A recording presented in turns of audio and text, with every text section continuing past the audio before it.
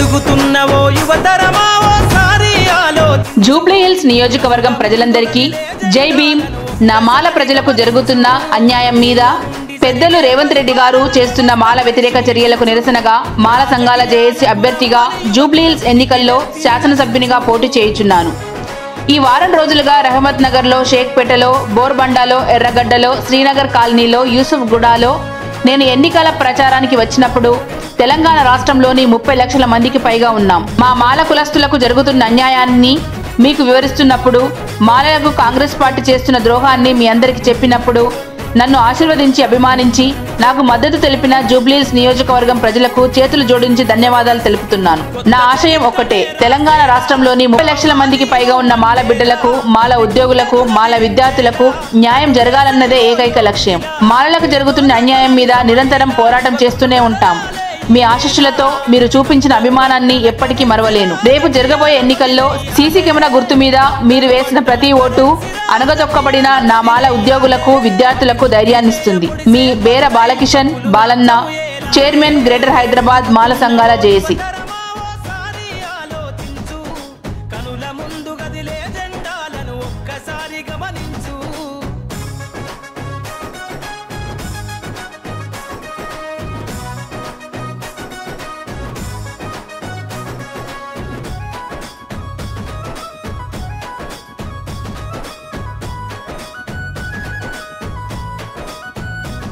పరిపాలన చేతుల బట్టి నువ్వు ప్రజల ఎజెండా నెగరై, జనముల జెండను బట్టి వేల బ్రతుకుల్లో వెలుగులు నింపై, సబ్బండ వర్గాల కొరకై కదలాలి ప్రజల ప్రతినిధివై, వేలాది గుండెల శబ్దమై వినిపించర నాయకుడై, వేలాది గుండెల శబ్దమై వినిపించర నాయకుడై, యువకులు రాజకీయాలను చేతబట్టి సరికొత్త చరిత ముద్రించై, ఎదుగుతున్నవో యువతరమా ఆలోచించు, కనుల ముందు గదిలే జెండాలను ఒక్కసారి గమనించు.